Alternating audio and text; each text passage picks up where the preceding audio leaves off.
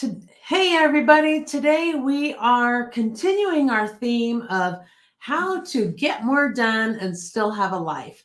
And so today we're going to talk about building efficiencies into your day to day work because if we don't have time for our projects, then we have to start making room, right? Otherwise, you're going to end up in that.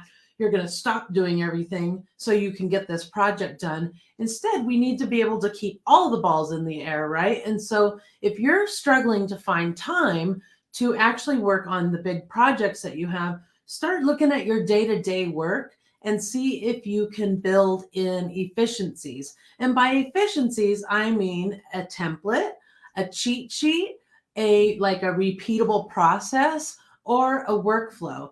Now, the difference between a repeatable process and a workflow, I mean, they're pretty similar, but I like to think of a repeatable process as maybe it's one step in the workflow and you have a little process that you do in that workflow, right? Where a workflow has decision points, it might diverge based on a decision, go somewhere else, right?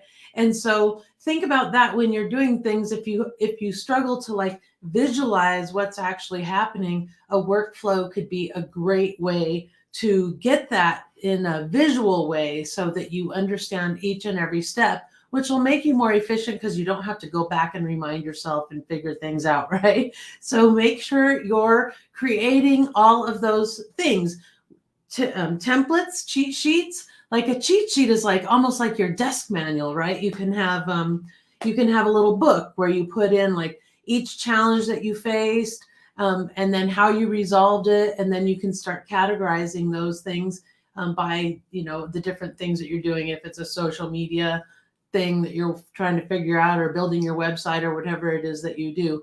And then the last thing that you would want to build is some systems, right? So we actually recently implemented an amazing social media system that is probably going to save us a good 75% of the time it was taking before. I mean, we're talking a huge chunk of time by creating a system. You can ask me about it if you want to know what we did.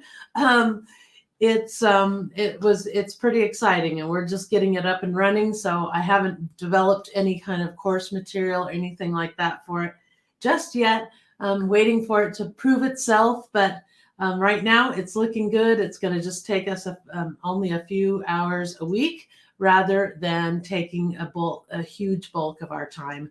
So that is pretty exciting. So think about those types of systems that you might need to create. Now, remember, all of these things, cheat sheets, templates, workflows and processes, all of those things could actually be formalized into some type of a policy document, especially if you have intentions of growing and having a team at some point.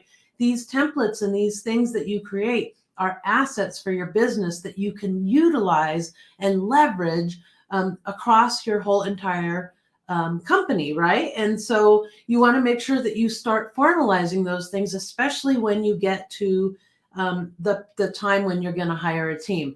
Now, I know it can be kind of feel a little weird when you're just all by yourself to create policies and procedures, but if you strike it and you accidentally get bigger faster than you can handle, you'll have some of that framework and that structure in place so you can hire quickly and get people on the go. And don't forget to add a little video of just how to use that thing or something. And that might be an easier way than a policy and procedure. You just have a video. This is how you use it. And you just create a video and everybody can follow that video and it's your exact words. You're not trying to wordsmith it. Remember, you can be as formal or as casual as you want your business to be. But if you start having problems, that might be a cue that you need to start formalizing things a little bit more, right? So think about it. If you have like a customer service agent, for example, and somebody asks for a refund. Okay, so what does that person have authority to do on their own? What did they have to come to you for approval? What are your rules on refunds? Do you have specific rules that they need to make sure, like to check a box to make sure that those things happen, so they're not just nilly-willy refunding everybody for any reason or something like that, right?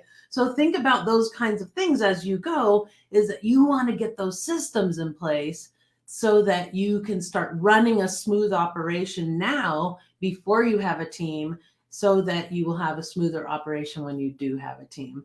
All right, you guys. So remember, cheat sheets and templates and procedures and like a repeatable process and workflows and systems. And don't forget to download my book, 12 Things I Do Every Week. It's a workbook and it has a challenge in here and it prompts you kind of to think about all the things that you do and what things that you need to start building efficiencies for.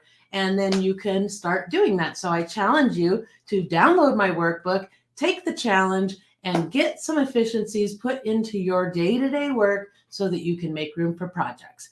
All right, you guys, I am so excited. Make sure you download that workbook. This is the first workbook I've done, and I'm going to do a free one every single month, and I have big plans for these awesome workbooks. I'm super excited. So be sure to get on the list so that you can get the workbooks each and every month. And I have more exciting stuff coming. I've been really working on my back end foundational structure, and I'm super excited to announce a new thing that's coming, and you'll be hearing about it soon. All right, guys, take care. See you in the comments.